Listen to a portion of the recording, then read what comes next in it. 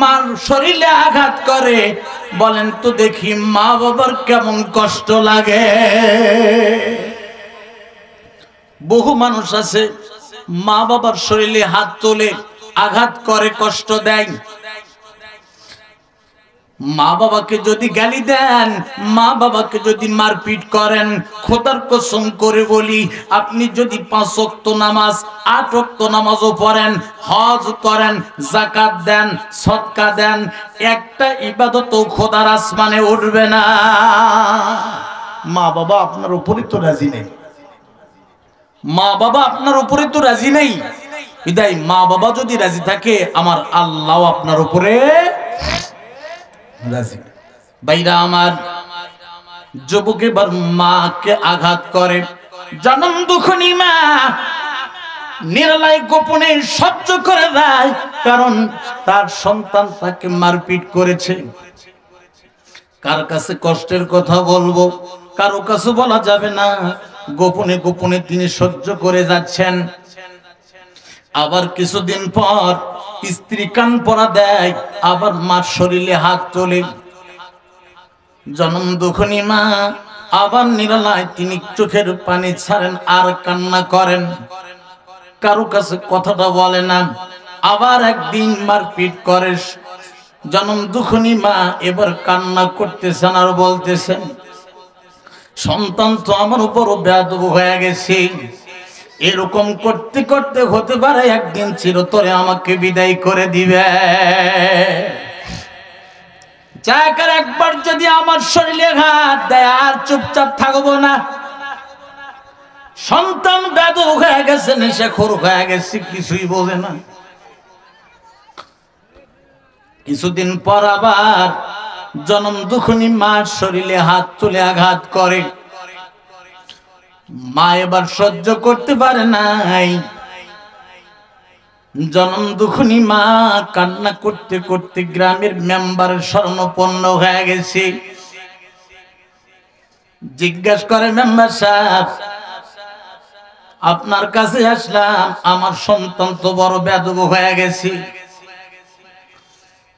একে একে 3 বার পর্যন্ত মারপিট করছে, গোপনে কান্না করে সহ্য করে গেছি। আজকে 4বার আবার যখন আমার শরীরে আঘাত করেছে, আমি জনম দুঃখনী মা সহ্য করতে পারি নাই। মেম্বার সাহেব আপনার কাছে আসছি, আপনি আমার সঠিক বিচারটা করে দেন। মেম্বার সাহেব ডাক দিয়ে কয়, ঠিক আছে মা যাও, আগামীকাল তোমার বিচার করে দিব। মেম্বার সাহেব এবার চৌকিদার সাহেবকে ডাক দিলেন, চৌকিদার যাও গ্রামের ভিতরে যতগুলো মোড়ল মন্ডল আছে সবাইকে ডাক দাও, আগামীকাল 10টার সময় অমুকের উঠানের ভিতরে বিচার সালিশ হবে। ও আমার ভাইরা, জনম দুঃখনী মা হাজির হয়ে গেছে, সন্তান হাজির হয়ে গেছে, শত শত মানুষ বিচার সালিশের ভিতরে বসে গেছে। ভাইরা আমার, মেম্বার যখন মার থেকে কথাগুলো শোনে, সন্তান থেকে কথাগুলো শোনে, শোনার পর মেম্বার দেখতেছে এরপরে যে কাজগুলো সন্তান করেছে পুরোপুরি অন্যায় কাজ করেছে। সাক্ষী সাপেক্ষে দেখা যায় সন্তানটা হলো অপরাধী। মেম্বার এখন রায় দেয়, ঠিক আছে সবার সামনে আমি রায় দিলাম, এই যুবক মার শরীরে আঘাত করার কারণে আমি তার শাস্তি স্বরূপ 100টা বেত্রাঘাতের রায় দিয়ে দিলাম। জোরে কন্যা মারহাবা। এইরকম যদি ইসলাম ভিত্তিক সমাজ কায়েম হয়, একটা মাও এইরকম সন্তানদের মাধ্যমে নির্যাতিত হবে না। কথা বলতে হবে, ঠিক না বেঠিক? কিন্তু আসলে আমাদের সমাজগুলো উল্টো পাল্টা হয়ে গেছে, ঠিক না বেঠিক? মেম্বার সাহেব রায় দিয়ে দিছে 100টা বেত্রাঘাতের জন্য। চৌকিদার সাহেব মাঝখানে গোল একটা দাগ দিয়ে দিছেন, গোল চিহ্নর ভিতরে যুবককে দাঁড় করায়া দিছি। যুবক এবার যখন দাঁড়িয়ে আছে, চৌকিদার সাহেব ব্যাট নিয়ে ডান হাতের ভিতরে 10টা, বাম হাতের ভিতরে 10টা, কেবলমাত্র 20টা হয়ে গেছে। যুবক চোখের পানি দরদর করে ছেড়ে দিচ্ছে।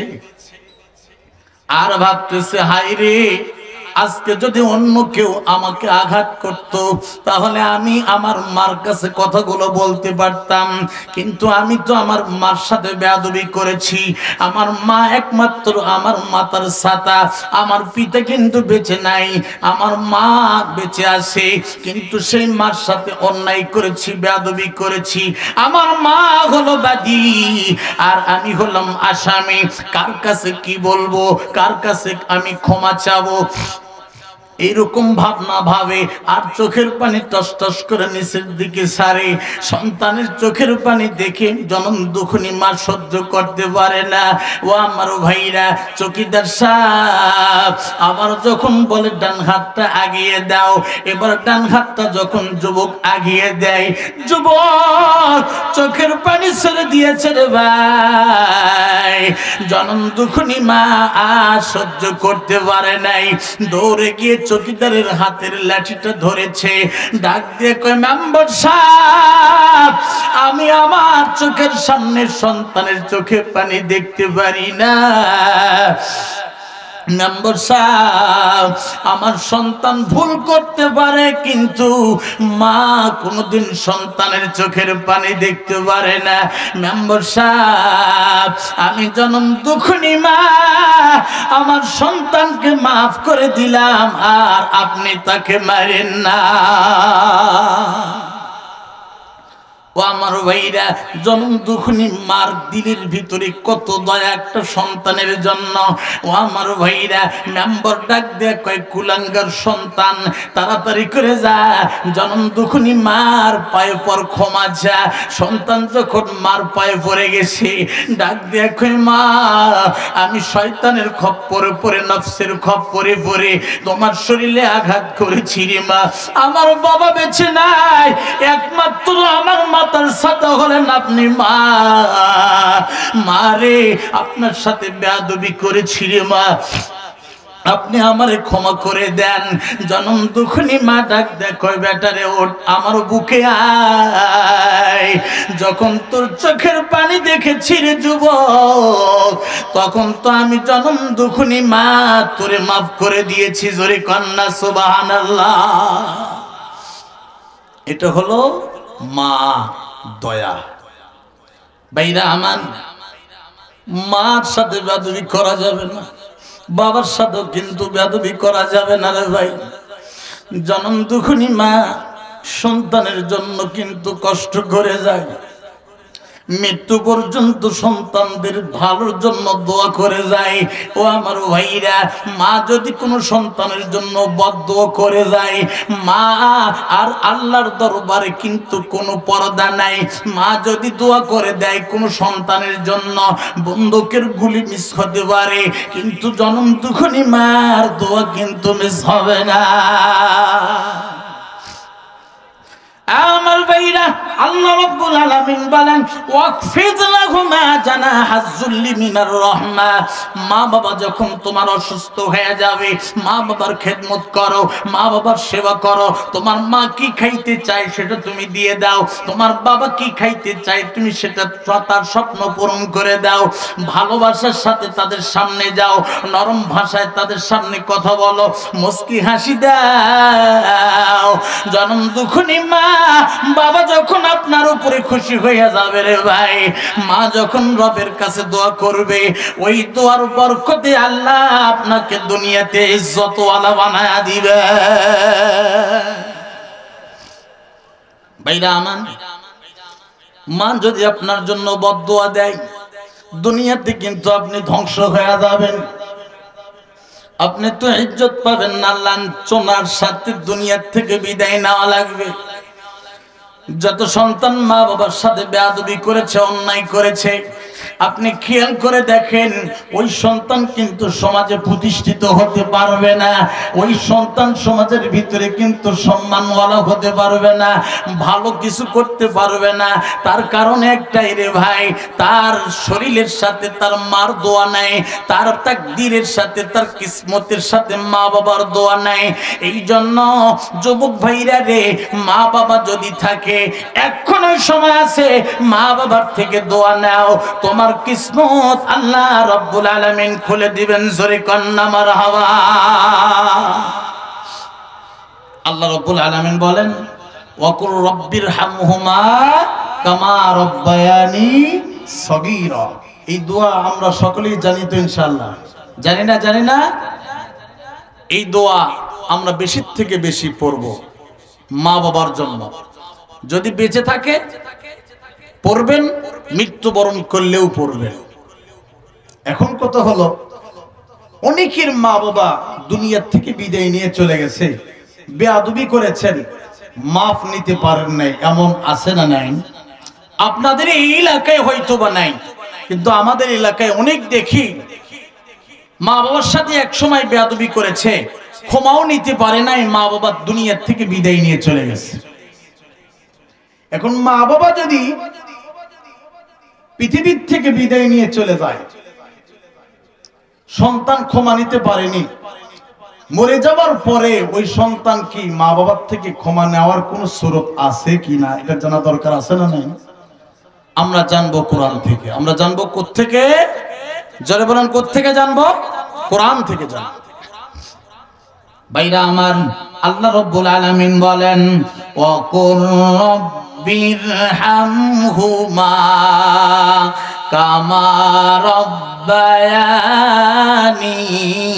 সগীরা।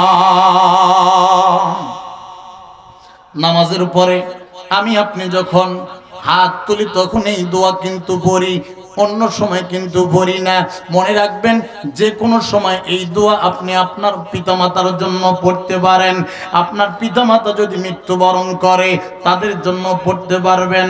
আপনি রাস্তা দিয়ে রওনা দিয়েছেন, বাড়ির ভিতরে বসে আছেন, মার ঘরের ভিতরে প্রবেশ করেছেন, ওই সময়ও আপনি এই দোয়া পড়তে পারবেন। রব্বিরহামহুমা, সকলে পড়ুন, রব্বিরহামহুমা কামা রাব্বায়ানি সগীরা। এই দোয়া যখন পড়বেন, মা বাবার সাথে সন্তানের সম্পর্ক রব্বুল আলামিন গাঢ় বানায় দিবে। জোরে জোরে কন্না সুবহানাল্লাহ।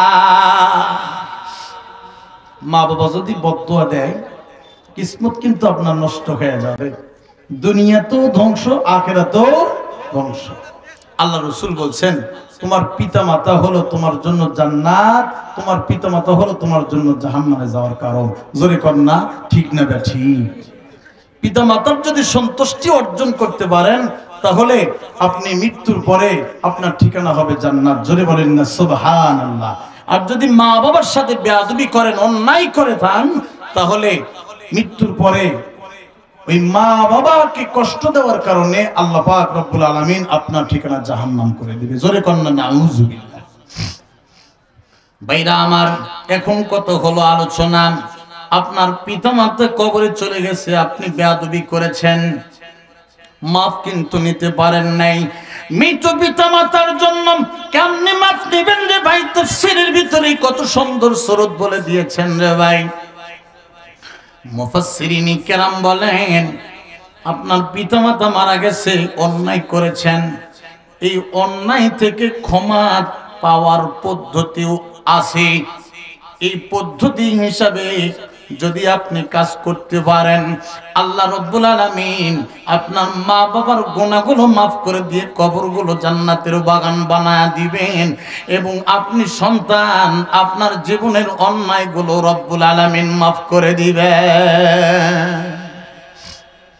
ভাইরা আমার, আল্লাহর একজন বান্দি, স্বামী মারা গেছে, ছোট্ট বাচ্চা, সন্তানকে নিয়ে বড় কষ্ট করে মানুষের বাড়ি কাজকর্ম করে 2-4 টাকা উপার্জন করে কষ্ট করে সন্তানকে খাওয়ায় আর লালন পালন করে।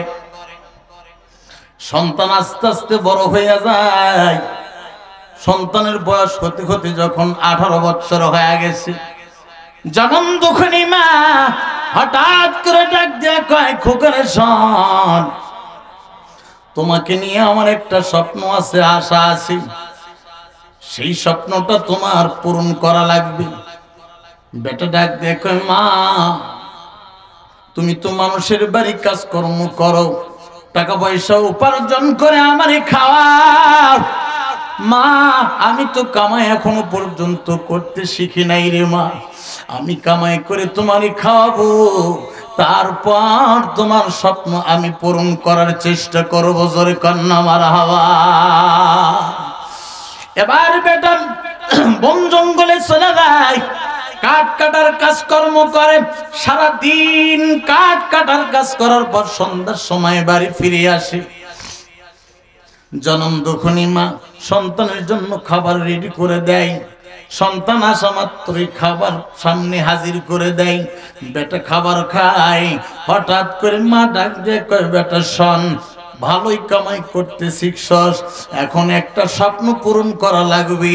তোমার তো বয়স হয়ে গেছে রে বেটা, আমি হয়তো আর বেশি দিন বাঁচবো না, তবে একটা আমার স্বপ্ন আছে, আমি তোমারে বিয়ে করাবো। আমি নাতি পুতির মুখটা দেখে দুনিয়ার থেকে বিদায় নিতে চাই। খোকা ডাক দেখো, মা কেবল মাত্র কামাই করতে শিখছে মারে মা, কামাই করে তোমারে আগে খাওয়াবো, তারপর আমি বিয়ে শাদী করব, এর আগে আমি বিয়ে শাদী করতে চাই না। ও আমার ভাইরা, মা যখন সন্তানকে বারবার বোঝায়, খোকা এবার রাজি হইয়া যায়। জনম দুঃখিনী মা সন্তানকে বিয়া করায়। 1 বছর বউ শাশুড়ির ভিতরে মিলজুলে সংসারটা কাটায়। 1 বছর পর 2য় বছর যখন পা দিয়ে দিছে, এ বন্ধুরা আমার, বউ শাশুড়ির ভিতরে কিন্তু ঝগড়া শুরু হয়ে গেছে। শাশুড়ি একটা কথা বললে স্ত্রী সেটা সহ্য করতে পারে না, স্ত্রী যদি একটা কথা বলে সেটা শাশুড়ি সহ্য করতে পারে না, মাঝে মাঝে ঝগড়া ফাসাদ শুরু হয়ে যায়। সন্তান সকালবেলা বন জঙ্গলে যায় কাঠ কাটার জন্য, সন্ধ্যার সময় ফিরে আসার পর দেখে স্ত্রী একদিকে মুখ বাঁকা করে বসে আছে, জনম দুঃখিনী মা মনটা ভার করে অন্যদিকে হয়ে আছে। খোকা বাড়ি আসার পর এই সমস্ত অশান্তি দেখে আর ভালো লাগে না, মার কাছে গিয়ে বলে, মা তুমি আমার ছোট্ট থেকে কষ্ট করে মানুষ মান করেছো রে মা, মারে মা আজকে তোমার মনটা বড় খারাপ দেখি রে মা।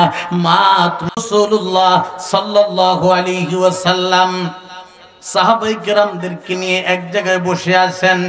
হঠাৎ করে নজর দিয়ে দেখে দূরে একজন বৃদ্ধা মহিলা লাঠির উপরে ভর করে আস্তে আস্তে আসতেছেন। আল্লাহর নবী ভাবতেছেন হয়তো বৃদ্ধা মহিলা আমার দিকে আসতেছে। নবী দেখা মাত্রই ওই জায়গা থেকে উঠে চলে গেলেন বৃদ্ধা মহিলার কাছে। যাওয়ার পর বৃদ্ধা মহিলার যে সমস্ত পোটলা ছিল এই পোটলাগুলো হাতের ভিতরে নিলেন, আর আল্লাহর নবী পিছে পিছে রওনা দিলেন। বুড়িমা সামনে লাঠির উপরে ভর দিয়ে আস্তে আস্তে আসতেছেন। ও আমার ভাইরা, আস্তে আস্তে ঠিক জায়গায় গায় নবী মুহাম্মদুর রাসূলুল্লাহ সাল্লাল্লাহু আলাইহি ওয়াসাল্লাম বসেছিলেন। ওই জায়গায় আসা মাত্রই আল্লাহর নবী বৃদ্ধা মহিলার সামনে আসলেন এবং তার শরীর থেকে চাদর মোবারকটা নিয়ে ওই বুড়ি মহিলার সামনে এবার বিছিয়ে দিলেন। ও আমার ভাইরা, আল্লাহর নবী যখন সুন্দর চাদরটা বিছিয়ে দিলেন, এরপরে বৃদ্ধা মহিলা ওই সুন্দর চাদরের উপর পা দিতে চাচ্ছে না। আল্লাহর নবী ডাক দিয়া কয়, মারে আপনি এই চাদরের উপরে পা দিয়ে আসেন এবং শেষ প্রান্তে এসে আপনি বসে যান।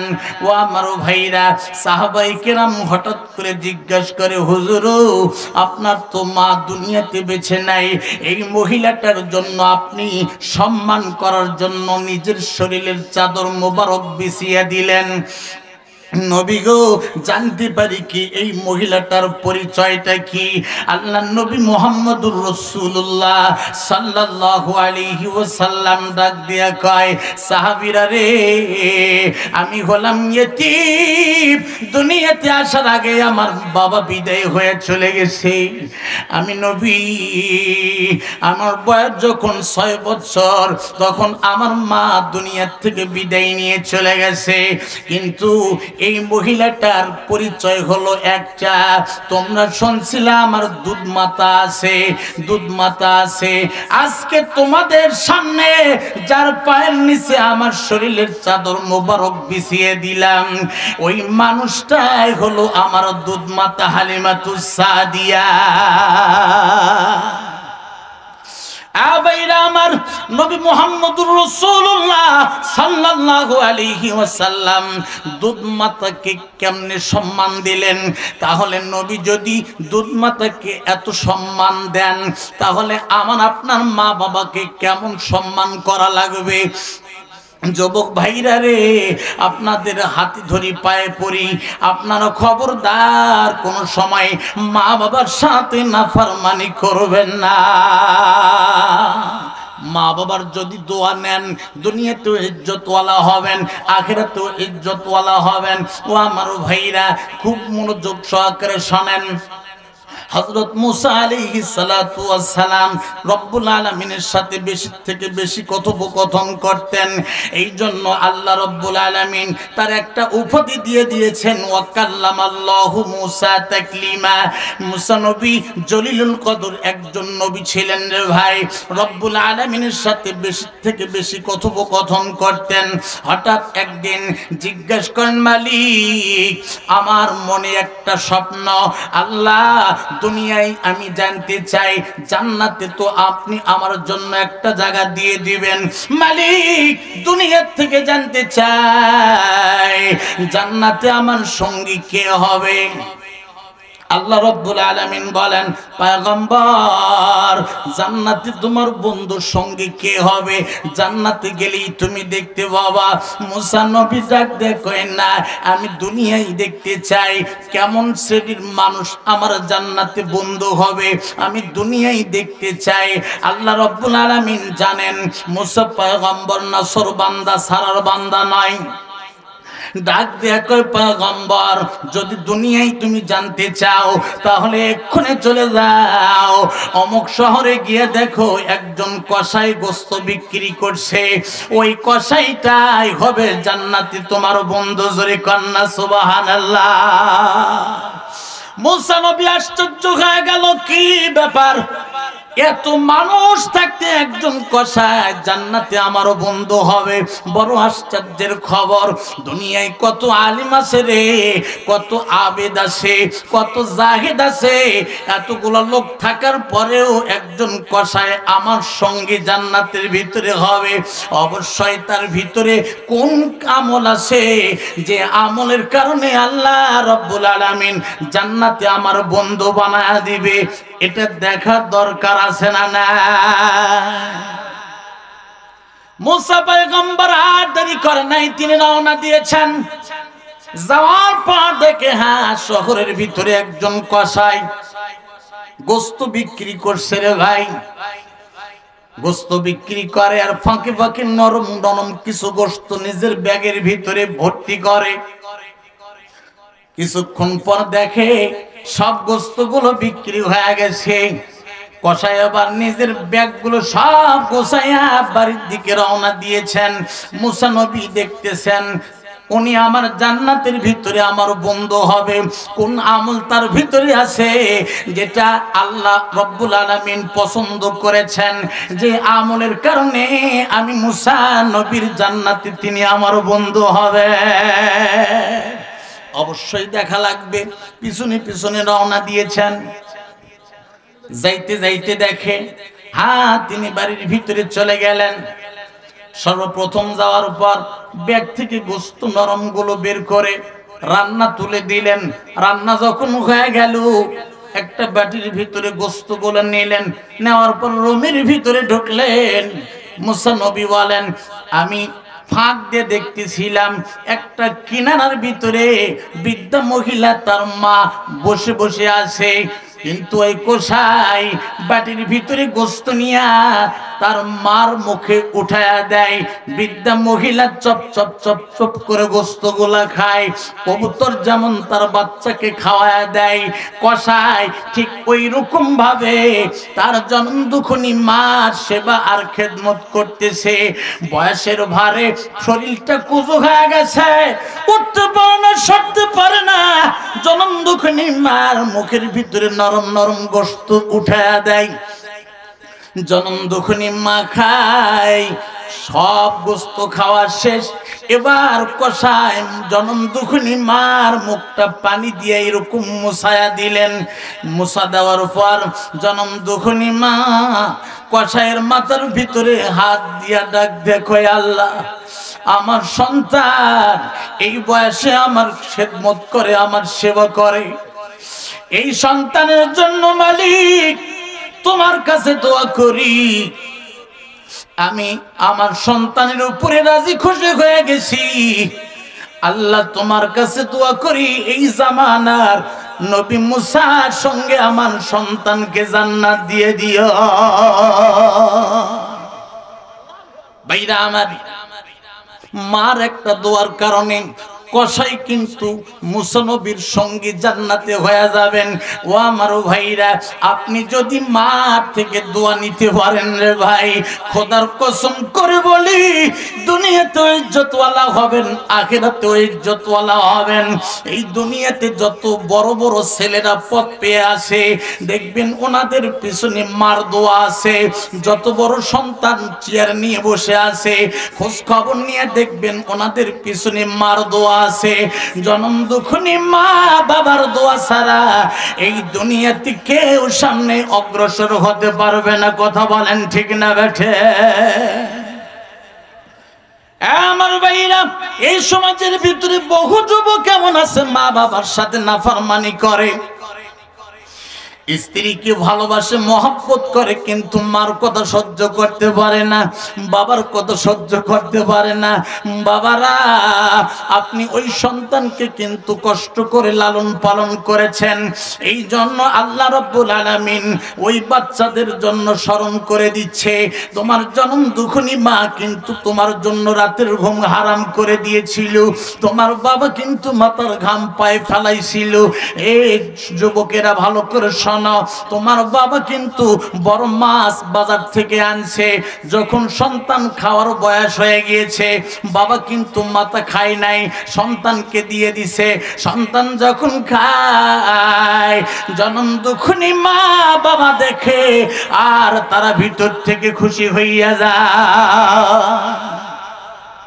বড় হওয়ার পর কষ্ট করে আপনাকে লেখাপড়া দিয়েছে, আপনি চাকরিজীবী হয়েছেন, ভালো টাকা ইনকাম করেন, মা বাবা আপনার বাড়িতে বৃদ্ধ হয়ে গেছে, হঠাৎ করে ফোন দিয়ে বলছে বাবারে বড় একটা ইলিশ মাছ দেখলাম রে বাবা, মন চাই খাইতে, তুমি একটু টাকা দাও। সন্তান ডাক দেয়া কয় কিছুদিন আগেই তো তোমারে টাকা দিলাম, আর কত টাকা দিব বলো, এত বড় ইলিশ মাছ খাবার কেন তোমার খায়ের জাগে, এইরকম কথা বলে। কিন্তু ভাইরা, আপনি যখন ছোট্ট ছিলেন যেই জিনিসটার জন্য আবদার করেছিলেন, জনম দুঃখনী মা বাবা যতই কষ্ট হোক না কেন আপনার আবদার গুলো কিন্তু পূরণ করে দিয়েছে। কথা বলেন ঠিক না বেঠে? ভাইরা আমার, এই জন্য মা বাবাকে কষ্ট দেওয়া যাবে? জোরে বলেন যাবে? আপনারা মনে হয় বেজার হচ্ছে, ঠিক না? কথা আমার বুঝতে কষ্ট হচ্ছে? যদি কষ্ট না হয় জোরে সোরে একটি তাকবীর দান তো। নারায়ে তাকবীর, লিল্লাহে তাকবীর। আল্লাহ পাক এই মাহফিলটাকে এলাকার মানুষের জন্য নাজাতের জরিয়া হিসাবে কবুল করুন, সকলে বলি আল্লাহুম্মা আমিন। সম্মানিত উপস্থিতি, আলোচনা করছিলাম মা বাবার খেদমত করা লাগবে। কার খেদমত করা লাগবে? মা বাবার খেদমত করা লাগবে। আজকে আমার শরীরে রক্ত গরম, আমিও আপনি একদিন কিন্তু বৃদ্ধা বা বৃদ্ধ হব, ঠিক না ঠিক? আমি আজকে যদি আমি আমার মা বাবার খেদমত না করি, আমার সন্তানগুলো কিন্তু আমার খেদমত করবে। এই জন্য মা বাবার সাথে কোনো সময়ের জন্য কর্কশ ভাষায় কথা বলা যাবে। এটা কার নির্দেশ? জোরে বলেন, কার নির্দেশ? আল্লাহ। ভাইরা আমার, কিছুদিন আগে ফেসবুকের একটা ঘটনা দেখেছি, দেখার পর চোখের পানি আমি ধরে রাখতে পারি নাই।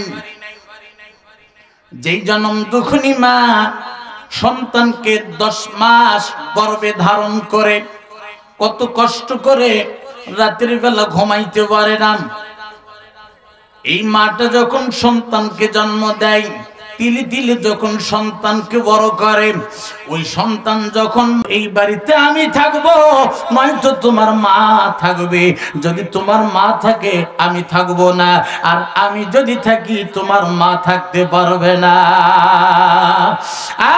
আমার যুবক সন্তান এবার বিবির কথা শোনার পর বিবিকে নিয়ে বাড়ির থেকে বের হয়ে চলে গেছে। হঠাৎ করে আবার একদিন ফিরে আসে, আসার পর কিছু আসবাব যখন নেয়, জনম দুঃখিনী মা ডাক দে কয়, বেটা রে, এই জিনিসগুলো তো আমি কষ্ট করে কিনছি, তুমি যদি সব নিয়ে যাও আমি কেমনি চলবো? এই কথা বলা মাত্রই সন্তান মাকে একটা লাথি মারছে। জনম দুঃখিনী মা সাত সাত জমিনের ভিতরে চিল্লানি দিয়ে পড়ে গেছে।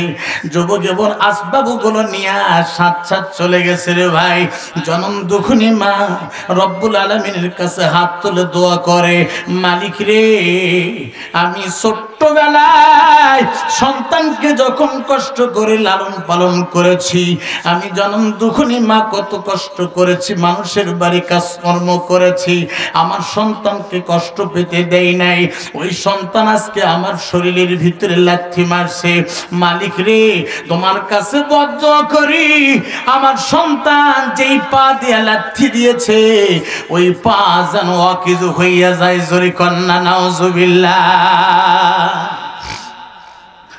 আমার ভাইরা, সন্তান এবার যখন চলে গেছে বন জঙ্গলের দিকে, সন্তান এবার স্ত্রীকে নিয়ে মোটামুটি খুশির ভিতরে দিন পার করে, বন জঙ্গলে কাঠ কাটে।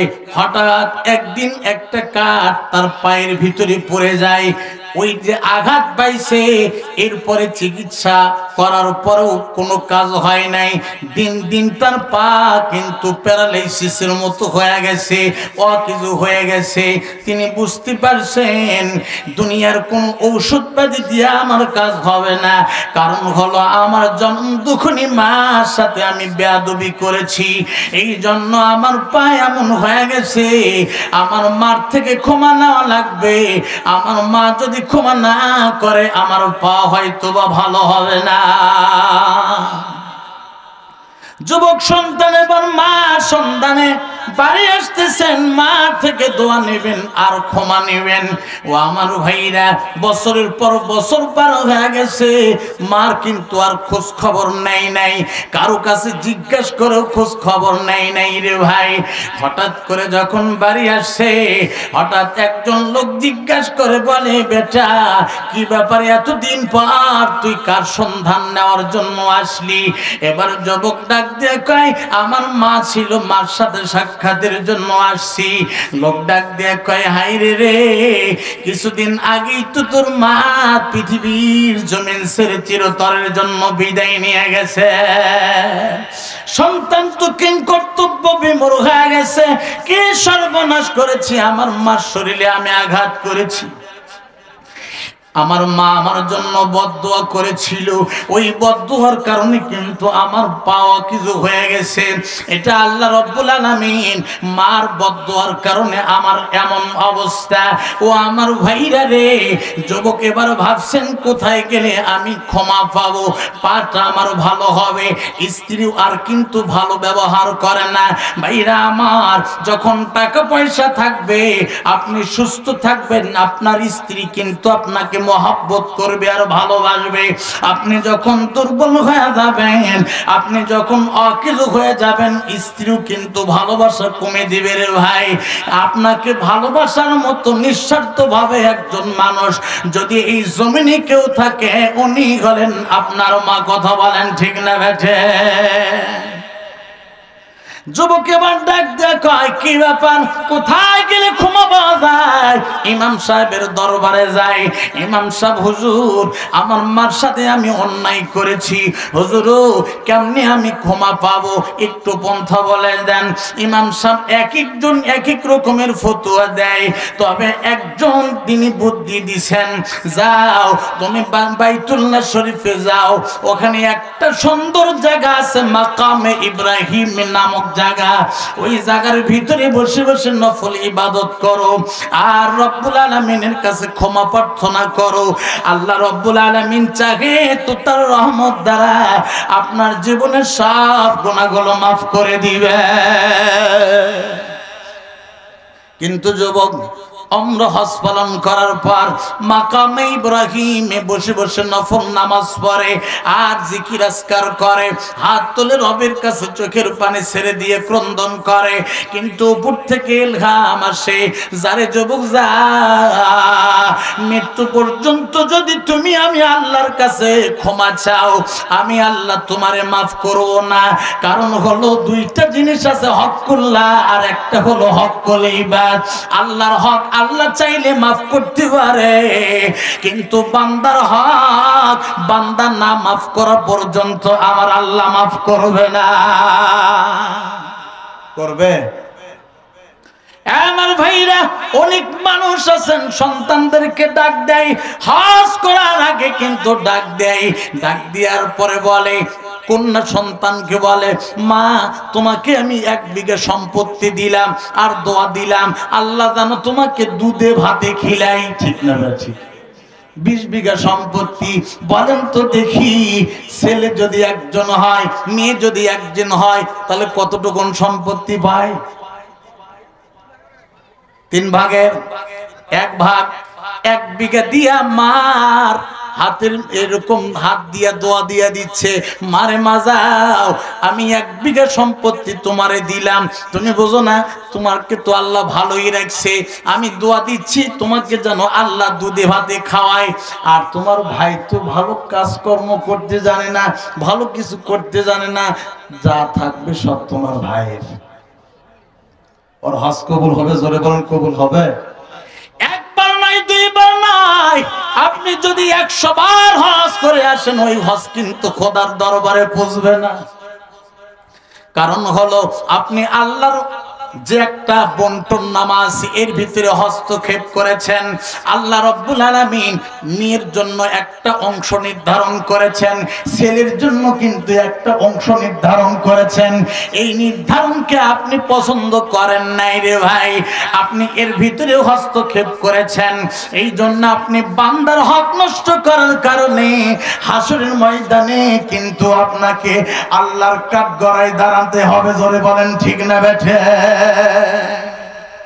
এরকম হক নষ্ট করা যাবে? ভাইরা আমার, দোয়া করতে করতে চোখের পানি ফলাইতে ফলাইতে নিচ দিয়ে কালো দাগ পড়ে গেছে। হঠাৎ করে ওই রাস্তা দিয়া আল্লামা শিবলি নুমানি রহমতুল্লাহি আলাইহি রওনা দিয়েছেন। উনি ওই বছর হজ্জ বাইতুল্লাহর জন্য মক্কা শরীফে গিয়েছেন। তিনি দেখতেছেন ব্যাপারটা কি, যুবক তো খুব আর্তনাদ করে রবের কাছে কান্নাকাটি করে আর দোয়া করতেছে। এবার ডাক দেখো, যুবক ভাই কি ব্যাপার, মনে হচ্ছে তোমার ভিতরে অনেক দুঃখ লুকে আছে। যুবক তুমি বলো দেখি, তোমার ভিতরে এমন কি কষ্ট লুকে আছে একটু বলো। যুবক ডাক দেখায়, হুজুর আমি কত হুজুরের কাছে কত কথা বললাম, কেউ কোনো বুদ্ধি আমাকে দিতে পারে নাই, আপনি শুনে কি করবেন? আল্লামা শিবলি নোমানী রহমতুল্লাহি আলাইহি বলেন, ছাইয়ের ভিতরেও তো আগুন থাকতে পারে, পচা শামুকেও তো পা কাটতে পারে, দেখি তোমার ভিতরে কি এমন দুঃখ আছে আমার কাছে বলো, আমি তোমার জন্য কিছু পন্থা অবলম্বন করতে পারি কিনা, কিছু তরিকা আমি বলে দিতে পারি কিনা। এবার যুবক ডাকতে কয়, হুজুর আমার জনম দুঃখিনী মা ছোটবেলা থেকে আমাকে কষ্ট করে লালন পালন করে আসছে। আমি যখন বড় হয়ে গিয়েছি আমার মা আমাকে বিয়ে করায়। 1 বছর পর্যন্ত বউ শাশুড়ি তারা খুব ভালোভাবে সংসার চালায়। তারপর থেকেই তাদের ভিতরে গন্ডগোল শুরু হয়ে যায়। হঠাৎ এক সময় শয়তানের খপ্পরে পড়ে জনম দুঃখিনী মার শরীরে আমি পা দ্বারা লাথি মারি। আমার মা জমিনে চিৎকার দিয়ে পড়ে যায়। ওই যে আমার মা বদদুয়া দিয়ে দেয়, ওই এক বদদুয়ার কারণে আমার পাওয়া কিছু হয়ে গেছে হুজুর। এরপর থেকে আমি আমার মার কাছ থেকে ক্ষমা নিতে পারি নাই। আমি হঠাৎ করে ভাবলাম দুনিয়ার যত চিকিৎসা করেছি কোনো চিকিৎসা আমার কাজ হয় নাই। আমার জনম দুঃখিনী মা থেকে ক্ষমা নেওয়া লাগবে। আমার মার কাছে গেলাম, গিয়ে দেখি মা নাই। এরপর থেকে মাকামে ইব্রাহিমে এসে নামাজ পড়ে পড়ে রবের কাছে দোয়া করি। আজ পর্যন্ত আমার দোয়া তো কবুল হলো না। আল্লামা শিবলি নোমানী রহমতুল্লাহি আলাইহি বলেন, যুবক ভাই দুইটা জিনিস আছে, একটা হলো হকুল আর একটা হলো হকুল ইবাদ। তুমি নামাজ পড়ো নাই, তুমি রোজা রাখো নাই, তুমি হজ করো নাই, তুমি যাকাত দাও নাই, আল্লাহ চাইলে তার রহমতে তোমারে মাফ করে দিতে পারে। কিন্তু তোমার মার শরীরে লাথি মেরেছিলে, এটা কিন্তু তোমার মার হক। বান্দা যতদিন পর্যন্ত তুমি তোমার মা থেকে মাফ না নিবা ততদিন পর্যন্ত আমার আল্লাহ তোমারে মাফ করবে না। আল্লামা শিবলি নোমানী রহমতুল্লাহি আলাইহি বলেন, তবে একটা নিয়ম বলে দিতে পারি কোরআন সুন্নাহর ভিত্তিতে। যুবক তুমি যদি শোনো, এই হিসাবে কাজ করলে আল্লাহ যদি চাই তার রহমত দ্বারা তোমার মাকেও মাফ করে দিবে, তোমার জীবনের গুনাহগুলো মাফ করে দিবে। ও আমার ভাইরা, আল্লামা শিবলি নোমানী রহমতুল্লাহি আলাইহি বলেন, ওয়া কুর বিরহামহুমা কামা রাব্বায়ানি সগীরা। পড়ুন সবাই, রব্বিরহামহুমা কামা রাব্বায়ানি সগীরা। আল্লামা শিবলি নোমানী রহমতুল্লাহি আলাইহি বলেন, তুমি তোমার মার কাছে অন্যায় করেছো, বেয়াদবি করেছো, তোমার মা কিন্তু দুনিয়ায় বেঁচে নাই, তাহলে তুমি কেমনে ক্ষমা নিবা? তবে ক্ষমা নেওয়ার জন্য কয়েকটা সুরত আছে। 1 নম্বর সুরত হলো তোমার মৃত পিতামাতার জন্য দোয়া করা লাগবে রবের কাছে। জোরে বলুন, কার কাছে? রবের কাছে দোয়া করা লাগবে, রব্বির হামহুমা কামা রব্বায়ানি সগীরা। 2 নম্বর, মা বাবার যদি মারা যায় আর যদি আপনি বেয়াদবি করে থাকেন, ওই মা বাবার জন্য ইস্তিগফার করা লাগবে রবের কাছে। জোরে বলুন, কার কাছে? ভাইরা আমার, আপনাকে আমাকে লালন পালন করতে গিয়া জনম দুঃখিনী মা কত কিন্তু গুনাহ কামাই করেছে। আমার আপনার স্বপ্ন পূরণের জন্য আমার বাবা কিন্তু কত গুনাহ কামাই করেছে। কথা বলেন ঠিক না ব্যাঠিক? সন্তান যখন ছোট্ট থাকে প্রসাব করে দেয়, অনেক সময় মার শরীরটা পাক থাকে না, পোশাকও পাক থাকে না। এখন ওই অবস্থায় কত নামাজ যে কাজা হয়ে গেছে আল্লাহই জানে আর মাই ভালো জানে। ঠিক না ব্যাঠিক? জোরে বলেন। এই জন্য সন্তানদের উচিত 2 নম্বর হলো মা বাবার জন্য ইস্তিগফার করা। রব্বুল আলামিন, আমার জনম দুঃখিনী মা আমাকে লালন পালন করতে গিয়া কত গুনাহ কামাই করেছে। মালিক, আজকে আমার মার জন্য দোয়া করি, আমার মার জীবনের গুনাহগুলো তুমি মাফ করে দাও। हर घड़ी दे देने तू तैयार है, हर घड़ी दे देने तू तैयार है, जो ना मांगे उससे तू बेजार है। সন্তান যদি মার জন্য বড় দরদ নিয়ে আল্লাহর দরবারে হাত তোলে আর চোখের পানি যদি ছেড়ে দেয়, হাদিস শরীফের ভিতরে আসছে সন্তানের চোখের পানি নাকের ডগায় আসার আগেই আল্লাহ রাব্বুল আলামিন ওই সন্তানের দোয়া কবুল করে মা বাবার গুনাহগুলো মাফ করিয়া দেয়। আল্লামা শিবলি নোমানী রহমতুল্লাহি আলাইহি বলেন, এক নম্বর হলো বেশি থেকে বেশি দোয়া করা, রব্বির হামহুমা কামা রব্বায়ানি সগীরা। দুই নম্বর হলো ইস্তিগফার পড়া, মা বাবার জন্য গুনাহ মাফের জন্য দোয়া করা। তিন নাম্বার, মা বাবা যদি সন্তানদের জন্য কোনো ওয়াদা করে যায়, ওসিয়ত করে যায়, সমাজে চলাকালীন মসজিদ মাদ্রাসা অনেক সময় ওয়াদা করছে যে হুজুর আমি এই মাদ্রাসার জন্য ৫% জমি দান করব, যদি আল্লাহ আমাকে হায়াতে বাঁচা রাখে আমি দান করব। হুট করেই দেখেন উনি কিন্তু মারা গেছে, কিন্তু এই কথাগুলো সন্তানরাও শুনছে। তাহলে এই যে ওয়াদা, এখন হুজুর মসজিদে এলানও করে দিছে যে অমুক সাহেব এই মাদ্রাসার জন্য ৫% জমি দান করবে, আপনারা সকলেই দোয়া করবেন তার জন্য। তাহলে ওনার সন্তানেরা যারা আছে শোনেন নাই, পিতামাতার মৃত্যুর পরে ওনাদের উচিত হলো ওই পিতার যে ওয়াদা এটা পূরণ করা লাগবে। জোর বলুন কি করা লাগবে? পূরণ করা লাগবে। ৪ নাম্বার হলো মা বাবার জন্য দান সদকা করা লাগবে। কি করা লাগবে? মা বাবার জন্য দান সদকা করা লাগবে। ও আমার ভাইরা, আপনি যদি 10টা টাকা কোনো সাইলকে দেন, এরপরে কোনো মিসকিনকে দেন, এরপরে কোনো ইয়েতিমকে দেন, ওই 10টা টাকা দেওয়ার সময় নিয়ত করবেন, আপনি তো দান করারও সওয়াব পাবেন।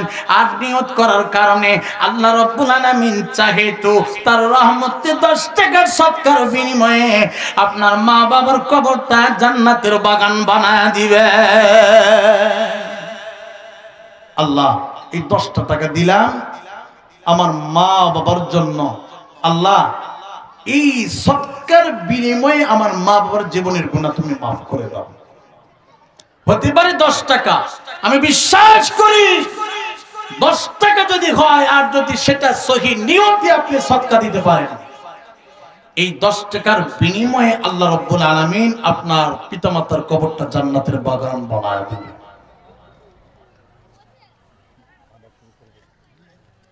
এই জন্য আপনাদের এই যে কত সুন্দর বেহেশতি একটা বাগান মাদ্রাসা আছে না নাই? কথা বলেন না কেন বারে? হ্যাঁ, আপনারা মন খারাপ করতেছেন?